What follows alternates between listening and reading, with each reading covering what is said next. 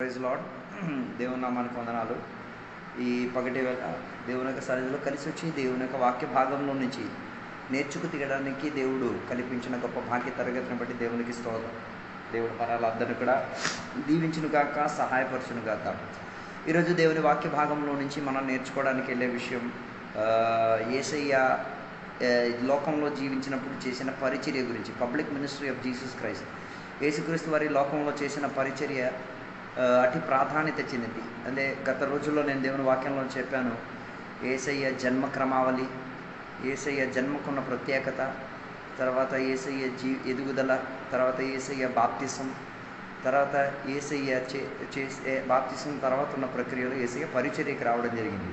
దీని యొక్క వాక్య భాగాలు మనం చూడగలిగి తీరితే మత్తయి సువార్తలకు పుస్తకం 15వ అధ్యాయం 21వ వచనం, మత్తయి సువార్తలకు పుస్తకం 17వ అధ్యాయం 27వ వచనం, మత్తయి సువార్తలకు పుస్తకం 19వ అధ్యాయం మొదటి 2 వచనాలు, లూకా సువార్తలకు పుస్తకం 17వ అధ్యాయం నుంచి 19వ అధ్యాయం వరకు, చివరికి యోహాను సువార్తలకు పుస్తకం 7వ అధ్యాయం నుంచి 11వ వచనం వరకు.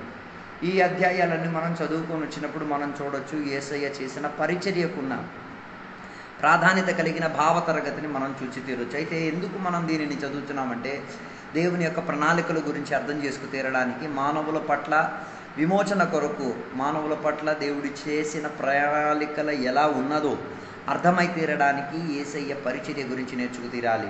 అయితే యేసయ్య పరిచర్య ప్రారంభింపబడినది 30వ సంవత్సరం వచ్చినప్పుడు నజరేతును విడిచి ఆయన తన పరిచర్యను ప్రారంభించినట్టుగా మనకి కనబడుతున్నది బైబిల్లో.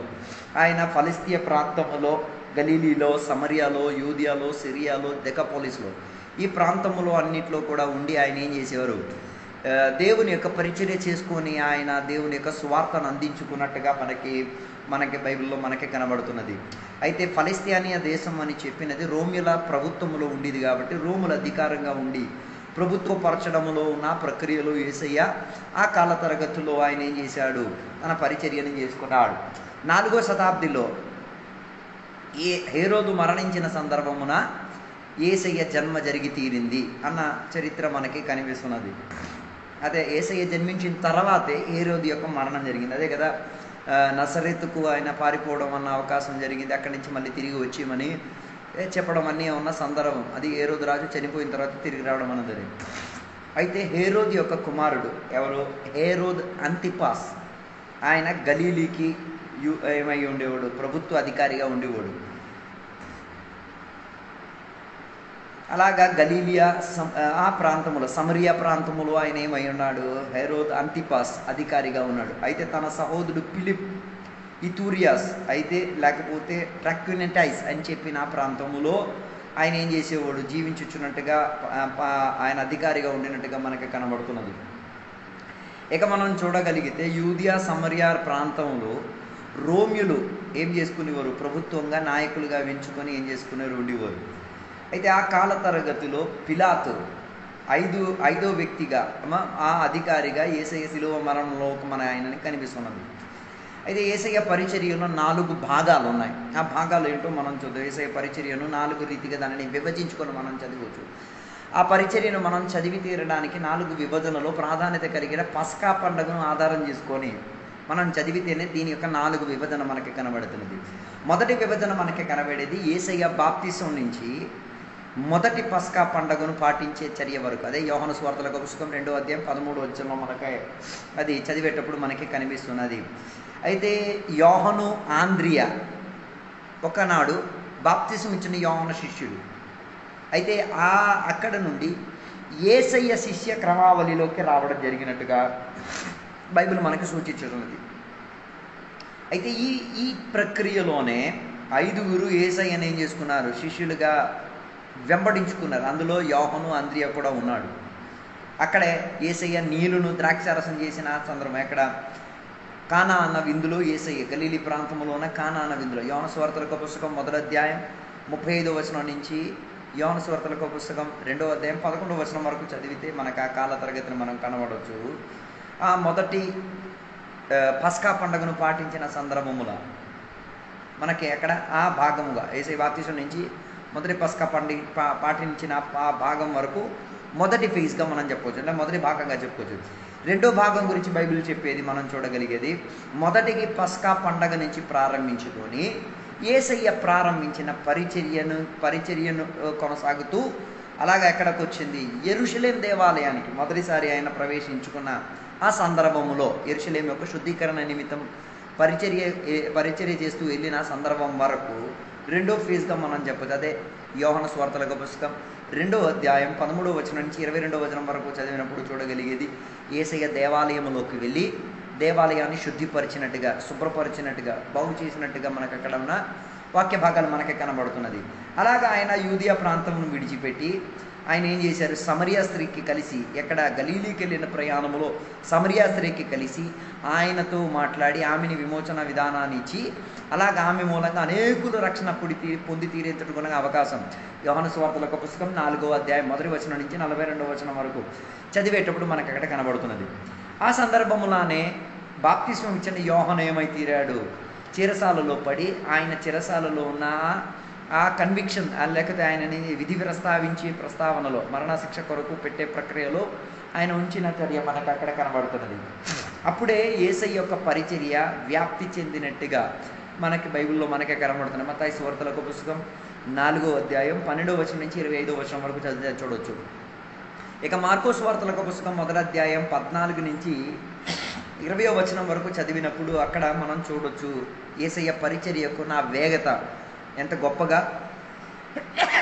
స్ప్రెడ్ అయినట్టుగా మనకి బైబిల్ చెప్తున్నది. అయితే ఇందులో మనకి ప్రాధాన్యత కలిగేటట్టుకున్న 2 ప్రాధాన్యత చర్య మనకు అక్కడ కనబడుతున్నాయి. ఒకటి, యేసయ్య తన అపోస్తులను ఎంచుకున్నట్టుగా అది మత్తయి సువార్తల పుస్తకం 10వ అధ్యాయం 1 నుంచి 14 వరకు చదివితే చూడవచ్చు. మార్కో సువార్తల పుస్తకం 3వ అధ్యాయం 13 నుంచి 19 వరకు చదివితే యేసయ్య తన శిష్యులను ఎన్నుకొని అపోస్తులుగా ఎంచుకున్నట్టుగా మనకు అక్కడ కనబడుతున్నది. దీని తర్వాతే మనకి కనబడేది కొండ మీద ఉన్న సందేశం అందించేది. మత్తయి సువార్త 5వ అధ్యాయము 6వ అధ్యాయం చదివినప్పుడు యేసయ్య కొండ మీద నిలబడి ఏం చేశారు, సంభాషణ లేకపోతే వాక్య పరిచర్య గురించి అక్కడ రాయబడింది. 3వ ఫేజ్కి వచ్చినప్పుడు మనం చూడగలిగేది ఎప్పటి నుంచి, 2వ పస్కా నుంచి ప్రారంభించి యేసయ్య యెరూషలేములోకి వెళ్ళిన కాల తరగతి వరకు మనం చెప్పుకోవచ్చు యేసయ్య పరిచర్యలో ఉన్న 3వ భాగం. ఈ సందర్భముననే యేసయ్య ఏం చేశారు, బెత్సెదా అన్న కొనీటి దగ్గర పడి ఉన్న ఒక మనిషిని యేసయ్య స్వస్థపరిచినట్టుగా మనకి యోహాను సువార్త 5వ అధ్యాయం 1 నుంచి 18వ వచనం వరకు చదివితే మనం అక్కడ చూడవచ్చు. అలాగా యేసయ్య గలీలీకి వచ్చి ఆయన పరిచర్యను కొనసాగింపజేశాడు. అలాగా ఈ ప్రక్రియలోనే అనేక అద్భుత కార్యాలను, స్వస్థతలను, విడుదలను, అనేక మందిని విడిపించే చర్యలను అధికంగా ఉపయోగించుకొని చేసిన ఒక ప్రాధాన్యత కలిగిన భావన మనకు అక్కడ కనబడుతున్నది. ఈ సందర్భంలోనే యూదుల యొక్క అధికారులు ఏం చేశారు, యేసయ్య పరిచర్య గురించి వినడం ప్రారంభించారు. ఆ వినికిడిలో వాళ్ళకి కొన్ని సందేహాలు కలిగింది. ఆ సందేహాలు కాస్త తెలుసుకు తీరడానికి ఎక్కడికి వచ్చారు, యేసయ్య దగ్గరికి రావడం జరిగింది. యేసయ్య దగ్గరికి వచ్చి యేసయ్య ఏం చెప్తున్నారు, ఏం సందేశాలు చెప్తున్నారు, తన స్వస్థతలకు అభ్యంతరపరిచారు. ఆయన చేసిన మాటలను అభ్యంతరపరిచి తీరడానికి అనుచారులను పెట్టి వాళ్ళు ఏం చేశారు, యేసయ్య వెనకాతలు తిరిగినట్టుగా మనకి కనబడుతున్నది. 4వదిగా మనం యేసయ్య పరిచర్యకున్న విభజన మనం చూడగలిగితే ఎక్కడ యేసయ్య యెరూషలేములోకి వెళ్ళి అక్కడ నుంచి 3వ పస్కా పండగను పాటించేటట్టుగా వెళ్ళిన ప్రయాణములో 4వ భాగంగా బైబిల్ మనకి సూచించినది. దాని తర్వాత యేసయ్య యెరూషలేములోకి వెళ్ళి పస్కా పండగను పాటించాడు. అదే యోహాను సువార్త 6వ అధ్యాయం 4వ వచనం చదివితే మనం చూడొచ్చు. అయితే ఈ కాల తరగతిలో ఆయన తైర్, సిదోన్, గలీలీ అన్న ప్రాంతాల్లో ఏం చేశారు, వాక్యాలు చెప్పడం, అనేకులకు స్వస్థపరచడం, అనేకులకు విడిపించడం, ఇవన్నీ జరగడం అయింది. ఇలాగ వెళ్ళిన ఈ ప్రక్రియలోనే బెత్సైదాకు వచ్చి ఒక గుడ్డివాడిని యేసయ్య ఏం చేశారు, స్వస్థపరిచారు. అది గలీలీకి వెళ్ళిన మార్గములో జరిగిన ప్రక్రియ. అదే మార్కో సువార్త 8వ అధ్యాయం 22వ వచనం నుంచి 26వ వచనం వరకు. ఇవన్నీ అయిన తర్వాతే యేసయ్య కొండ మీదకు వెళ్ళి మహిమపరచబడి తీరేంతటిగా రూపాంతరం పొంది తీరిన చర్య మనకు కనబడదు. అదే మత్తయి సువార్త 17వ అధ్యాయం 1 నుంచి 8 వరకు, మార్కో సువార్తల పుస్తకం 9వ అధ్యాయం 1 నుంచి 7 వరకు, లూకా సువార్తల పుస్తకం 9వ అధ్యాయం 28 నుంచి 36 వచనాలు చదివినప్పుడు యేసయ్య కొండ మీదకి వెళ్ళి తన శిష్యులతో కలిసి ఏం చేశారు, ప్రార్థన చేసి ఆయన రూపాంతరమైన భావన గురించి మనకు అక్కడ కనబడుతున్నది. అలాగైన యూదియా సమరియాలు ఏం చేశారు, దాటుకొని వెళ్ళినట్టుగా. లూకాసు వార్త 9వ అధ్యాయం 51 నుంచి 56 వచనం. ఈ వెళ్ళిన ప్రయాణములు 10 మంది కుష్ఠవ్యాధులను కలిసినట్టు వారిలో స్వస్థతలను ఇప్పించి తీరినట్టుగా లూకాసు వార్త 17వ అధ్యాయం 11వ వచనం నుంచి 19వ వచనం వరకు చదివితే మనం చూడవచ్చు. ఇలాగ యేసయ్య 70 మంది శిష్యులను ఎంచుకొని ఏం చేశారు, పరిచర్యకు పంపించారు. ఇది ఎప్పుడు జరిగింది, యూదియా సమరియా దేశాల్లో ఆయన తిరుగుతూ సంచరించు పరిచర్య చేసిన సందర్భం. అదే లూకాసు వార్త 10వ అధ్యాయం 1 నుంచి 10వ వచనం వరకు చదివితే అది మనం చూసి తీరవచ్చు. ఇక మనం కిందకి తర్వాత మనం వచ్చినప్పుడు సిరియాకి వచ్చిన తర్వాత లాజరు రోగిగా ఉండి తర్వాత లాజరు మరణించుకు తీరిన తర్వాత యేసయ్య 4 రోజులు దాటిన తర్వాత లాజర్ని మరలా తిరిగి జీవింపచేసినట్టుగా యోహాను సువార్త 10వ అధ్యాయం 40వ వచనం నుంచి 11వ అధ్యాయం యోహాను సువార్త 11వ అధ్యాయం 46 వచనాల్లో చదివినప్పుడు మనం చూడవచ్చు. అలాగా తన పరిచర్య ముగింపై తీరింది. ఆ ముగింపైన చర్యలోనే చివరిగా యెరూషలేములోకి వెళ్ళి గాడిద మీద కూర్చొని ఊరేగింపు చేసుకున్నట్టుగా మత్తయి సువార్త 21వ అధ్యాయం 1 నుంచి 11వ వచనం, మార్కోసు వార్త 11వ అధ్యాయం 1 నుంచి 11వ వచనం, లూకాసు వార్త 19వ అధ్యాయం 29వ వచనం నుంచి 44వ వచనాలు ఇవన్నీ చదివినప్పుడు అక్కడ మనకి కనబడుతున్న చివరిగా యెరూషలేములోకి వెళ్తున్న ప్రక్రియలో ఆయన ఏం చేశారు, గాడిద మీద ఊరేగింపు చేసుకొని వెళ్ళినట్టుగా మనకే కనబడుతున్నది. ఇలాగా యేసయ్య తన పరిచర్యని మహిమోన్నితంగా ఏం చేశారు, ప్రేమను ప్రకటించేటట్టుగా, దయ చూపించేటట్టుగా, పరిశుద్ధతను వ్యాఖ్యానపరిచేటట్టుగా, లోబడుతున్న వాడిగా ఉన్నాడు అన్నదానిని చూపించేటట్టుగా ఇవన్నీ ఆయన పరిశుద్ధాత్మలో నిండుబాటు కలిగి ఉండి చేసినట్ల మనకి బైబిల్ బోధించుచున్నది. అయితే ఇవన్నీ మనకి హెచ్చరికిచ్చి చూపించుచున్న మాట ఏమనగా, మనం దేవునికి విధేయత కలిగి ఉండి తీరాలి, మనం దేవుని యొక్క పరిచర్య చేసి తీరాలి. మనం మన ప్రక్రియ, మన కార్యకలాపము ద్వారా, మాటల ద్వారా, స్వభావం ద్వారా, ఆచరణ ద్వారా యేసయ్య చేసిన అదే పరిచర్యను మనం కూడా కొనసాగింపచేసి తీరాలి. అలాగై తీరితే మనం ఆయన అనుచారులని మనం చెప్పి తీరొచ్చు. ఇక యేసయ్య చేసిన అద్భుతాలను మనం దేవుని వాక్యాల్లో నుంచి మనం చూద్దాం. మత్తయి సువార్తల పుస్తకం 8వ అధ్యాయం 1 నుంచి 9వ వచనం వరకు, తర్వాత అపోస్తల క్రియ 10వ అధ్యాయం 36 నుంచి 40వ వచనం వరకు ఇవన్నీ మనం చదువుకొని వచ్చినప్పుడు మనం చూడొచ్చు యేసయ్య చేసిన అద్భుతాల గురించి ఉన్న వర్ణన మనకు అక్కడ కనబడుతున్నది. ఈ అద్భుతాల గురించి మనం చదివేటప్పుడు మనం ప్రాధాన్యత కలిగే భావనలో యేసయ్య ఎంత గొప్పవాడు అన్నది మనం అర్థమై తీరొచ్చు. అయితే ఈ అద్భుతాలు చేసిన చర్యలో మనం చదివితే మనం చూడగలిగిన ఎందుకు మనం యేసయ్య అద్భుతాలు చేశారు అన్నదాని గురించి చూస్తే, ప్రజలు యేసయ్యను నమ్మి తీరాలి, యేసయ్య మూలంగా ప్రజలు దేవుని యొక్క కుమారుని అంగీకరించుకు తీరాలి, యేసయ్య లోక రక్షకుడని అర్థం చేసుకు తీరేంతటిగా దేవుడు చాలా అద్భుతాలు చేశారు. అయితే అద్భుతాలు అని చెప్తే ఏంటిదంటే అది ఆశ్చర్యం కల్పించేది, ప్రకృతికి సంబంధించిన చర్యకు విపరీతంగా జరిగే విషయాల్ని అద్భుతంగా చెప్పొచ్చు. ప్రకృతికి సంబంధించిన చర్య అంటే సూర్యుడు ఉదయించడం, సూర్యుడు అస్తమించడం, ఇది ప్రకృతికి సంబంధించిన సూచనలే. అయితే దీనిని అభ్యంతరపరిచి తీరితే దానిని అద్భుతం అని చెప్పవచ్చు. ఉదాహరణకి మనుషులు జన్మిస్తున్నారు, మరణిస్తున్నారు, అది ప్రకృతి ప్రక్రియ. కానీ ఆ జన్మించిన మనిషి మరణించి తిరిగి మరలా లేస్తే, తిరిగి ఆయనను జీవింపజేసేస్తే అది దానిని ఏం చేస్తే ప్రకృతి నియమాన్ని వ్యతిరేకపరిచి అద్భుతమని మనం చెప్పి తీరొచ్చు. అలా దేవుడు యేసయ్య చాలా అద్భుతాలు ప్రకృతి నియమావళికి వ్యతిరేకంగా మరణం నుంచి లేపడం, రోగులకు స్వస్థపరచడం, గుడ్డి వాళ్ళని శుద్ధిపరచడం, చెవిటి వారిని దేవుడు స్వస్థపరచడం, మూగ వారిని దేవుడు మాట్లాడింపజేయడం, కుంటి వారిని దేవుడు నడిపించడం, ఇవన్నీ ప్రకృతి వ్యవస్థకు వ్యతిరేకంగా ఉన్న విషయాలు. వాటిని మనం అద్భుతాలుగా, సూచనలుగా చెప్పి చూడవచ్చు. అయితే దివ్య అద్భుతాలు అంటే దైవికతను ప్రదర్శనపరిచే అద్భుతాలు. ఎందుకు? అది దేవుని యొక్క మహిమను వర్ణించుకు తీరడానికి, దేవుని యొక్క శక్తిని వర్ణించుకు తీరడానికి యేసయ్య కొన్ని పరిచర్యలో కొన్ని అద్భుతాలు చేసినట్టుగా మనకే కనబడుతున్నాయి. వాటిలో ఏముంది? దైవిక సువాసన ఉంది, దైవిక తత్వాన్ని వర్ణించే విధానం ఉంది, దైవికతను బోధించుకొని ప్రజల లోపల దేవుని యొక్క మహిమను ప్రకటించే విధానం ఉంది. అలాగా బైబిల్లో చాలా అద్భుతాల గురించి రాయబడి ఉన్నది.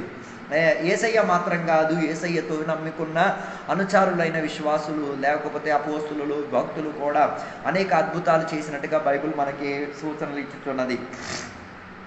నేటికి కూడా దేవుడు చాలా అద్భుతాలు చేస్తూ ఉన్నారు. ఆయన అద్భుతాలు ఆగిపోలేదు, అద్భుతాలు నేటికి కూడా జరుగుతున్నాయి. అది ప్రకృతి వ్యవస్థకు వ్యతిరేకంగా దేవుడు ప్రదర్శనపరిచి మహిమను బయలుపరిచి చాలామంది దేవుని యేసయ్యను నమ్ముకు తీరేంతటిగా, యేసయ్యను రక్షకునిగా అంగీకరించి తీరేంతటిగా ఉన్న ప్రవణత జరిగి తీరుచున్నది. ఇక మనం చూద్దాం యేసయ్య చేసిన పరిచర్యకున్న ఉద్దేశాలు ఏంటిది, దానికి ఉన్న భేదగతి ఏంటిదో దేవుని యొక్క వాక్య లేఖనాల నుంచి మనం చూద్దాం. అయితే యేసయ్య చేసిన అద్భుతాలు కొన్ని మాత్రమే రాయబడి ఉన్నది, అన్నీ బైబిల్లో రాయబడలేదు. కారణం ఏంటంటే అన్నీ రాసి తీరాలంటే బైబిల్ సరిపోదు, మనుషులకు చదువుకు తీరడానికి ఉన్న పరిస్థితి జరిగి తీరదు. కాబట్టి అన్ని అద్భుతాలు రాయబడలేదు. అయితే ఈ అద్భుతాలన్నీ జరిగి తీరడానికి ఉన్న కారణం ఏంటిదంటే ప్రజలు యేసయ్యని దేవుడిగా అంగీకరించి తీరాలి. ప్రజలు దేవుడిని యేసయ్యను దేవుని యొక్క కుమారునిగా లోకానికి రక్షించున్న రక్షకునిగా అంగీకరించి తీరాలి. వీటి కోసమే ఏం చేశారు, ఈ అద్భుతాలను ప్రకృతికి వ్యతిరేకంగా ఉన్న వ్యవస్థతులను ఎదిరించేటట్టుగా దేవుడు సూచనలను అద్భుతాలను చేయడానికి దేవుడు యేసయ్యను ఉపయోగించినట్టుగా మనకి కనబడుతున్నది. అయితే ప్రజలకి ఇది కన్విన్స్ అవ్వాలంటే, ప్రజలకి ఇది అవగాహన కలగాలంటే, ప్రజలకి ఇది తెలిసిబరి తీరాలంటే యేసయ్య ఏం చేయాలి, అద్భుతాలు చేసి తీరాలి. అలా వాగ్దానం చేసిన మస్సయ్య లేకపోతే వాగ్దానం చేసిన అభిషక్తుడు, వాగ్దానం చేసిన వాడు యేసయ్యేనని అర్థం చేసుకు తీరడానికి యేసయ్య ద్వారా దేవుడు అద్భుతాలు చేసింది. అయితే యేసయ్య పరిచర్యలో మనం చూడగలిగిన ఒక మాట, ఆయన శోధనలోకి వెళ్ళినప్పుడు ఆయన మానవుడిగా మనకి కనబడుతున్నాడు. మానవ లక్షణాలు, మానవ పోలికలు, మానవ పద్ధతులు. అయితే ఆ అద్భుతాలు యేసయ్య చేసేసరికి ఆయన దైవిక తత్వంని ప్రకాశించినట్టుగా మనకి కనబడుతున్నది. దాని అర్థం ఆయన దైవిక స్వభావం అంటే, ఉదాహరణకి దైవిక స్వభావంలో ఉన్న ప్రత్యేకత పాపము క్షమించగలిగేవాడు, మనలను పాపం క్షమించగలిగే తత్వం దేవుడు మాత్రమే చేయగలిగేది. అందుకే యేసయ్య దైవికతను ప్రకాశించేటట్టుగా ఏం చేశారు, అద్భుతాలను సూచనలను చేసినట్టుగా మనకి కనబడుతున్నది. అయితే మనం చూద్దాం యేసయ్య చేసిన అద్భుతాలను కొన్నింటిని మనం పరిశోధనలోకి తీసుకొద్దాం. అపోస్తల క్రియ 3వ అధ్యాయం 16వ వచనంలో చదివినప్పుడు మనం చూడగలిగేది, యేసయ్య చేసిన అద్భుతాలు దైవికతను ప్రదర్శనపరిచి దేవుని యొక్క చిత్త నెరవేరింపును ఏం చేశారు, బోధించేటట్టుగా చేసినట్టుగా అపోస్తల క్రియ 3వ అధ్యాయం 16వ వచనం చెప్తున్నది. అంతే మాత్రం కాదు, యేసయ్య శిష్యులు కూడా ఏం చేశారు, యేసయ్య నామాన్ని ఉపయోగించుకొని అధికారాన్ని ఉపయోగించుకొని ఏం చేశారు, అనేక స్వస్థతలను చేశారు. ఈ అధికారం ఎవరు శిష్యులకు ఇచ్చారంటే యేసయ్యే స్వయాన తన శిష్యులకు ఆ అధికారం ఇచ్చినట్టుగా మనకే కనబడుతున్నది. అయితే అద్భుతాలు ప్రజలకు దేవుని మీద విశ్వాసం కలిగి తీరడానికి ఉపయోగించేటట్టు దేవుడు ఉపయోగించే సాధనాలని చెప్పొచ్చు. అదే మార్కోసు వార్త 1వ అధ్యాయం 32, 34 వచనాలు, మార్కోసు వార్తల పుస్తకం 6వ అధ్యాయం 56 వచనాలు, మార్కోసు వార్తల పుస్తకం 9వ అధ్యాయం 22 నుంచి 27 వచనం, యోహాను సువార్త 11వ అధ్యాయం 40వ వచనం. వీటిని మనం చదివేటప్పుడు అద్భుతాలు చేయడం వలన చాలామంది యొక్క విశ్వాసం పెరిగినట్ల బైబిల్ మనకి సూచించున్నది. నేటికి కూడా అలాగే అద్భుతాలు జరుగుతున్నాయి, చాలామంది విశ్వాసాలు పెరుగుతున్నాయి. అలా దేవుని మీద నమ్మకం కలిగి తీరేంతటికున్న శ్రేష్టత కనబడి తీరుతున్నది. మన విశ్వాసానికి ఆధారం చేసుకొని కూడా దేవుడు కొన్ని అద్భుతాలు చేసి తీరొచ్చు. అంటే మనకి విశ్వాసం ఉంటే ఆ విశ్వాసాన్ని ఏం చేయొచ్చు, కనివిర్చేట ఇతరులకు కనబడి తీరేంతటిగా, ఇతరుల మీదకి అది ఏమి ప్రభావితం చేసి తీరేంతటిగా కూడా దేవుడు అద్భుతాలు చేసి తీరొచ్చు. అయితే యేసయ్య చేసిన అద్భుతాలు దేవుని యొక్క మహిమను ప్రకటించింది. అదే మిగతా ప్రజల యొక్క క్షేమాన్ని కూడా చూపించి తీరినట్టుగా మనకి కనబడుతున్నది. అయితే తన మహిమ కొరకు యేసయ్య యొక్క ఘనత గురించో మహిమ గురించో యేసయ్య ఒక అద్భుతం కూడా చేయలేదు. అదే మార్కోసు వార్త 7వ అధ్యాయం 36వ వచనం చదివినప్పుడు చూడొచ్చు, తన వ్యక్తిపర లాభోదయం గురించో లేకపోతే తన వ్యక్తిపరంగా ఘనతను నొందుకు తీరడానికి యేసయ్య ఏ రీతి కలిగిన అద్భుతాలు చెయ్యలేదు, చెయ్యడు కూడా. అది వాస్తవికత, అది తెలిసి తీరాలి. ఇంకా యేసయ్య అద్భుతాలను మనం చూడగలిగి తీరితే యేసయ్య ఒక అద్భుతంలో దేవుని యొక్క చిత్తాన్ని వ్యతిరేకపరిచే భావన ఉండే ఒక్క అద్భుతం కూడా యేసయ్య చేయలేదు. అన్నీ దేవుని యొక్క చిత్తానికి ఒదిగి తీరేంతటిగా అయితే యేసయ్య అద్భుతాలను 4 రీతిగా మనం చదువుకు తీరవచ్చు. 4 రీతిగా యేసయ్య అద్భుతాలను సూచనలుగా 4 రీతిగా విభజించుకుంటున్నాడు. మొదటిగా ప్రకృతి పైన అధికారం కలిగిన వాడిగా ఉన్నాడు. యేసయ్య ప్రకృతి పైన, దానికే కదా ఆయన చేసింది, నీళ్లను ద్రాక్షారసంగా చేశారు. యోహాను సువార్త 2వ అధ్యాయం 1 నుంచి 11వ వచనం. అద్భుతకరంగా యేసయ్య చేపలను పట్టడం, అదే ఇక్కడ లూకా సువార్తలకు పుస్తకం 5వ అధ్యాయం 1 నుంచి 11వ వచనంలో చదివినప్పుడు మనం చూడగలిగి తీరుతున్నాం. ఇంకా ఆయన ఏం చేశారు, ప్రకృతి పైన అధికారం చేసేటట్టుగా మత్తయి సువార్త 8వ అధ్యాయం 26వ వచనం చదివినప్పుడు చూడగలిగేది, గాలులను సముద్రాన్ని ఆయన ఏం చేశారు, నిర్మలపరిచారు, సమాధానపరిచారు, వాటిని ఒదిగిపోమని చెప్పారు. అవన్నీ కూడా యేసయ్య ప్రకృతి మీద అధికారం చూపించేటట్టుగా. తర్వాత 5 చేపలను 5 రొట్టెలను 2 చేపలను ఏం చేశారు, 5,000 మంది ప్రజలకు ఇచ్చినట్ల మత్తయి సువార్త 14వ అధ్యాయం 15 నుంచి 27వ వచనం వరకు. అదే 15వ అధ్యాయం 32 నుంచి 37వ వచనం. మత్తయి సువార్త 15వ అధ్యాయం 32 నుంచి 37వ వచనం. వీటిపై అన్ని చదివినప్పుడు యేసయ్య ఆహారం ఏం చేసి సమృద్ధిగా చేశారు, పెరగనింపజేశారు. తర్వాత మత్తయి సువార్త 14వ అధ్యాయం 23 నుంచి 33వ వచనాలు చదివినప్పుడు మనం చూడగలిగేది, యేసయ్య నీళ్ల పైన నడిచినట్టు, నీళ్ల మీద అధికారం చెంది నడిచినట్టుగా మనకు అక్కడ. అయితే ఈ సూచనలన్నీ మనకి చెప్పేది ప్రకృతి, నేచర్ పైన, ప్రకృతి పైన యేసయ్యకి ఏముంది, అధికారం ఉంది, శక్తి ఉంది, బలం ఉందని చెప్తున్నది. రెండవదిగా యేసయ్య స్వస్థతలు చేశారు, శారీరకంగా స్వస్థతలు చేశారు. చాలామంది రోగాలను, వ్యాధులను యేసయ్య ఏం చేశారు, విడిపించారు, స్వస్థపరిచినట్టుగా బైబిల్ చెప్తున్నది.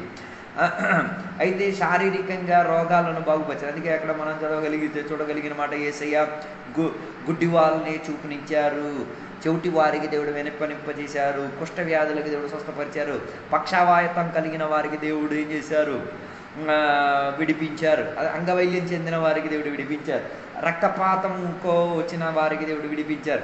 అలాగా చాలా రోగాలను, ఆ వ్యాధులను యేసయ్య మోసుకున్నారని మత్తయి సువార్త 8వ అధ్యాయం 17వ వచనం మనకి సునిశ్చితంగా చెప్పుచున్నది. అలా యేసయ్య ఒక మంచి వైద్యుడిగా మన దేహం పైన వ్యాపించి ఉన్న రోగాలకు అధికారపరిచి తీరేటట్టుగా యేసయ్య తన పరిచర్యలో ఆయన చేసినట్టుగా మనకి కనిపిస్తున్నాయి. అలాగైతే నేటికి కూడా యేసయ్య మీ రోగాలను స్వస్థపరచగలుగుతాడు. ఇది నేను చెప్పేటప్పుడు మీరు రోగిగా కానీ ఉంటే మీ రోగాలకు యేసయ్య చికిత్సనిచ్చుకోగలిగి తీరుతాడు. ఆయన నీకు మంచి వైద్యునిగా నీ వ్యాధులను, నీ రోగాలను ఆయన మోసుకొని ఉన్నారు. ఇది రెండోదిగా ఉన్న విషయం. మూడోదిగా ఆయన ఏం చేశారంటే, దెయ్యాలపైన ఆయనకు అధికారం ఉంది, దురాత్మలపైన, దుష్టబోతలపైన, దెయ్యపు శక్తులపైన తనకేముంది, విపరీతంగా అధికారం ఉంది. అందుకే బైబిల్ చెప్తున్న మాట, ఆయన దెయ్యపు శక్తులను, దురాత్మ శక్తులను, సాతాను శక్తులను ఆయన ఏం చేశారు, తోలేశారు, దూరపరిచేశారని వాక్యం చెప్తున్నది. అందుకే కపెర్నహూముకి వెళ్ళినప్పుడు యేసయ్య దయ్యం పట్టిన ప్రజలకు ఏం చేశారు, విడిపించారు. అదే లూకా సువార్త 4వ అధ్యాయం 31 నుంచి 37వ వచనం, మార్కో సువార్త 1వ అధ్యాయం 23వ వచనం నుంచి 28వ వచనంలో చదివినప్పుడు దురాత్మ పట్టిన ప్రజలకి యేసయ్య ఏం చేశారు, విడిపించారు. ఇక గదర దేశానికి వెళ్ళినప్పుడు యేసయ్య ఏం చేశారు, దురాత్మ పట్టిన వాడికి యేసయ్య స్వస్థపరిచారు. అదే మత్తయి సువార్తలకు పుస్తకం 8వ అధ్యాయం 28 నుంచి 34వ వచనం, మార్కో సువార్త 5వ అధ్యాయం 1 నుంచి 20వ వచనంలో మనం చూడొచ్చు. గదర దేశంలో ఒంటరిగా దెయ్యం పట్టిన వాడిగా సంఖ్యలతో బంధింపబడి రాళ్ల మధ్యలో ఉండి, ఆయన సమాధుల మధ్యలో కాపురం చేసుకుంటూ, రాళ్లతో తన చేతులు గుర్తుకుంటూ, తన శరీరానికి వేదన పరుస్తూ, గాయపరుస్తూ అక్కడ ఉండిన సందర్భంలో యేసయ్య ఆయనని స్వస్థపరించడం మనకు కనబడుతున్నది. ఇక కనాన్య స్త్రీ యొక్క కుమార్తె దెయ్యపు శక్తులతో పీడింపబడిన దానికి యేసయ్య స్వస్థపరిచారు. అదే మత్తయి సువార్తల పుస్తకం 15వ అధ్యాయం 21 నుంచి 28వ వచనాలు చదివినాడు, అది చూడొచ్చు. ఇలాగా సాతాని యొక్క శక్తి పైన, సాతాని తంత్రముల పైన యేసయ్య అధికారాన్ని స్థాపించుకొని స్వస్థతలు చేశారు, అద్భుతాలు చేశారు. చివరికి మరణించిన వారు, నాలుగోదిగా మరణించిన వారిని యేసయ్య లేపారు. అందుకే యేసయ్య చెప్పిన ఒక మాట, నేనే పునరుద్ధానం, నేనే జీవం. అందుకే యేసయ్య మరణించిన గడువులో 3 లేపినట్టుగా బైబిల్ చెప్తున్నది. ఒకటి నాయనులో ఉన్న కుమారుడు, ఎవరు, నాయనులో ఉన్న విధవరాలి ఒక ఏకైక కుమారుడు. అదే లూకా సువార్త 7వ అధ్యాయం 11 నుంచి 17వ వచనం చదివినప్పుడు అక్కడ చూడవచ్చు. నైనున్న పట్టణంలో ఒక కుమారుడు, ఒకే కుమారుడు, ఏకైక కుమారుడు, విధవరాలకున్న ఏకైక కుమారుని యేసయ్య లేపారు. రెండవది యాయిర్ కుమార్తెని యేసయ్య లేపారు, లూకా సువార్త 8వ అధ్యాయం 41 నుంచి 56వ వచనం. మూడోదిగా లాజరుని యేసయ్య లేపాడు. ఎక్కడ, యోహాను సువార్తలకు పుస్తకం 11వ అధ్యాయం 1 నుంచి 41వ వచనం వరకు. అలాగైతే తీరితే మరణములో నుంచి లేపగలిగే శక్తి యేసయ్యకు ఉంది. మనిషి దేవునికి నమ్మిన వారైనా నమ్మని వారైనా అందరికీ ఏముంది, శారీరకంగా సస్తాము, చచ్చిపోతాము అన్న దాని గురించి భయము, భీతితో జీవించి తీరుతున్నారు. అలాగైతే వాటి విషయంలో భయపడక్కర్లేదు. యేసయ్య మరణంలో నుంచి మనల్ని లేపగలడు, శుద్ధిపరచగలడు, మనల్ని అయితే తిరిగి జీవింపగలిగి తీరగలడు. అందుకే యేసయ్య చేసినదన్నీ పద్ధతి కలిగి మనకేం చేసుకోగలిగేవాడు, చెయ్యగలిగిన దేవుడు. అదే మార్కు సువార్తల పుస్తకం 7వ అధ్యాయం 37వ వచనం చదివినప్పుడు మనం చూచిదురు. హల్లెలూయా. అలా మనం మొదటి యోహాను పత్రిక 5వ అధ్యాయం 20వ వచనంలో చెప్పినప్పుడు ఆయన సత్యదేవుడు, ఆయన మనకు నిత్య జీవాన్ని ఇవ్వించుకోగలిగిన దేవుడు అని మనకి చెప్పుచున్నది. అయితే యేసయ్య చేసిన అద్భుతాలన్నీ కూడా ఏం వర్ణించి తీరింది, దేవుని యొక్క నిత్య కుమారుడనియు దేవుడు ద్వారా మనకి రక్షణ ఇచ్చుకోగలిగిన వాడు యేసయ్య అన్నది మనకి చెప్పుకోగలిగి తీరుతున్నది. అందుకే నేను చెప్పడానికి కోరే ఒక మాట, అద్భుతాల కొరకు నువ్వు ఆశించుకొని కూర్చుంటున్నావా? అలాగైతే తీరితే నీకు అద్భుతాలతో సహా పాటు నీకు నిత్య జీవాన్ని కూడా యేసయ్య ఇవ్వగలిగి తీరుతాడు. అందుకే యేసయ్యని రక్షకునిగా అంగీకరించండి, యేసయ్యని నమ్మి తీరండి.